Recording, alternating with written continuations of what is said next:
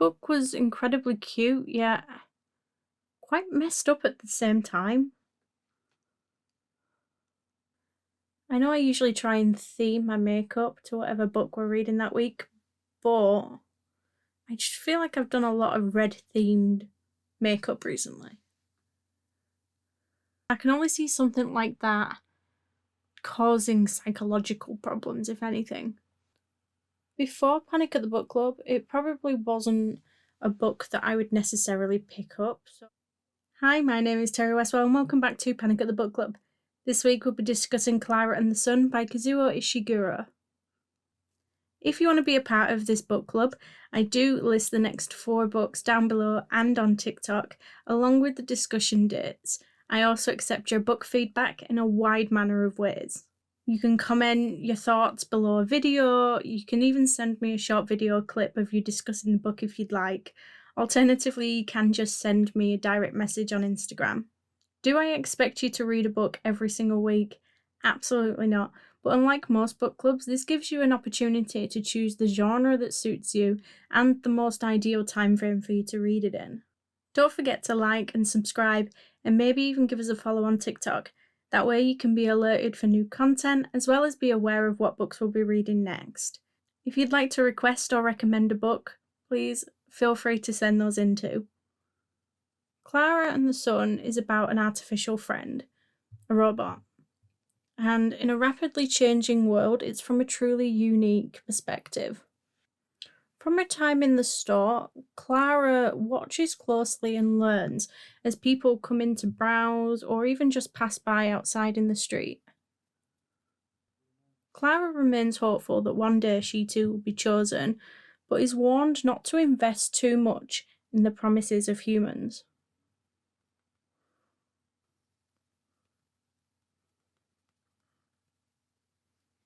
Klara and the Sun was written really well.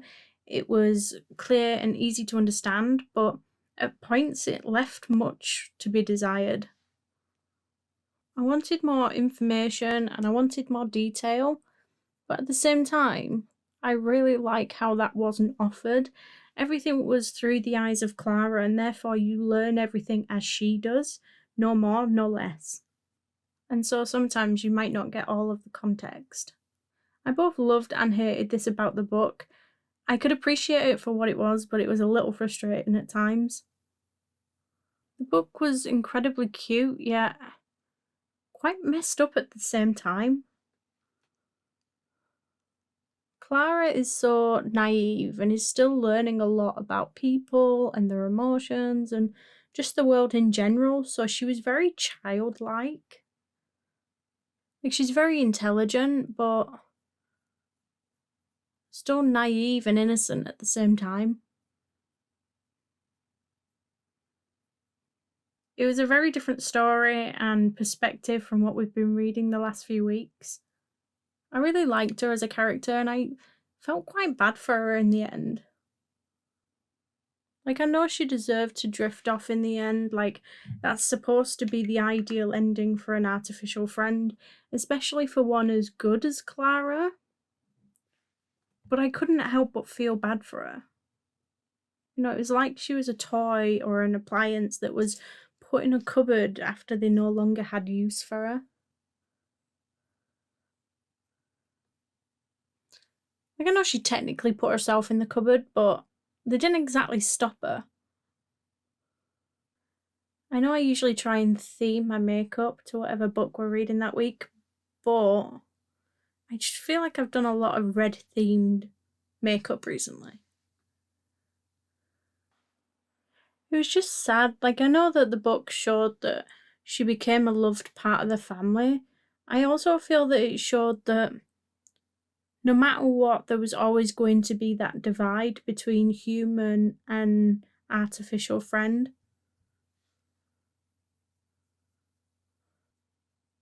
I mean, you wouldn't put your dog in a cupboard because you got bored of throwing a ball and giving it belly rubs, would you? At least you'd better not. Like, I don't know what it would be like in real life, but I think it's human nature to get attached, and I just think that there would be a a nicer grieving process, even for robots, than the book implies. And again, maybe I'm wrong and people would always just view them as not much more than an object. Like, they obviously cared for her, but that care and love clearly had some boundaries. I think Josie was a really interesting character. I think she was a really good representation of how children and, well, not just children, people are different depending on the environment that they're in. Like when she was hosting that event and all the other children were there, you could see how it could quite easily go badly for Klara. And not just for the party either, but her whole life, depending on how Josie was going to turn out. Then you find out more about the mother's plan, and she was upset for Klara. She tells her how she won't ever let anything bad happen to her. It's interesting, you get to see Josie's character through Klara and see how she becomes the person she does.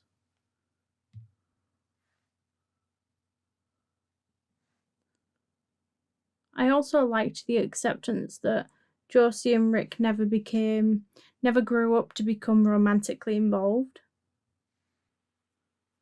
Like, the book was also about Klara learning what it means to love.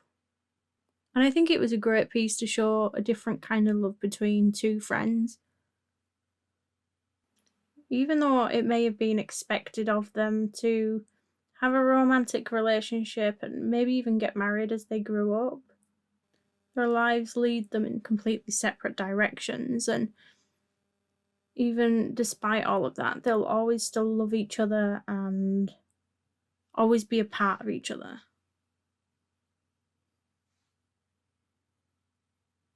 I understand the mother's plan, but in no reality could I see something like that working. I don't think anything could replace someone you love, and I think it would just get in the way of the grieving process. Like, I really don't think you'd be able to process your pain or grief if you sat next to something that looks and talks like the person that you loved. Grief is important, and I can only see something like that causing psychological problems, if anything. Like, it makes me wonder if something like that in the future would become a thing. Like, it's kind of like a Black Mirror episode. It seems totally sweet, but is really messed up.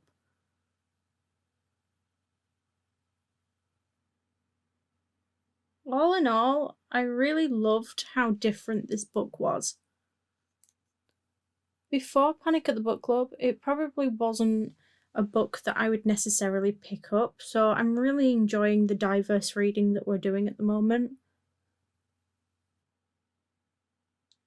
Despite how slow the narrative seemed at times, the story really did grip you, and I really did feel connected to that main character. Also, what I will say is, I love a short chapter. Well, this wasn't that book. The chapters were so long.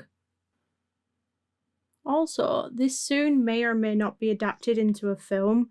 I think directed by Taika Waititi, which, if so, sign me up for that because I'll definitely be watching. Would I recommend? Yes, but I think I would have to get people to understand that it is a slow burn. Like, it wasn't a very fast-paced book, and it definitely wasn't suspenseful, but it was a very thought-provoking book with a lot of feeling and passion for life. Shelley, this time on Instagram, said it was certainly a different read for her. She liked how it was Klara's story, but at times felt like she just needed more. It felt like a long time until you got to a reason or a plot. I agree, the book was more about Klara's mind and experiences rather than the narrative itself. So at times it did feel a little slow, or like not that much was happening. The story didn't really seem to kick in for a long while, and it just kind of felt like it got to halfway in the book and it went, oh yeah, I am trying to tell a story and it needs a plot. That being said, I did really enjoy it. But let me know what you thought. Did you enjoy the book? Hello. So I've read Klara and The Sun as part of Panic at the Book Club, and I just wanted to give a few thoughts about it. So I really enjoyed it. I think I gave it 4 stars on Goodreads, which I don't give out lightly. Yeah, really enjoyed it. I really liked how weird it was. And I previously read Never Let Me Go, which I really, really didn't like. And that was about a year ago. And since then, I've just been like, no, everyone raves about Klara and The Sun, but I just don't like this author, but thought I'd give it a go. So yeah, really liked it, and I'm really glad I did. And I think it's convinced me to read other books by this author as well. So yeah, pretty glad that I did. So next week we'll be discussing The Girlfriend by K.L. Slater.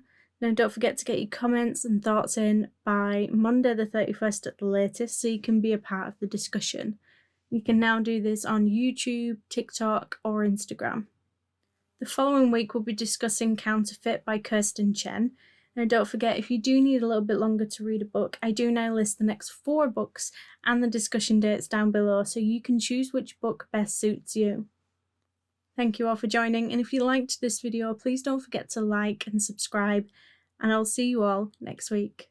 Bye. I thought it did well what Never Let Me Go was missing. Obviously it's this kind of AI world, and the focus is Klara, and it's first person from Klara, which I thought was really interesting because you really get that insight into how Klara's brain, or kind of brain, AI brain, is working, and I really liked that about it. I really liked that you kind of saw all those things down to a bit of a random detail I've just thought of, but how it keeps referencing that Klara sees in different squares.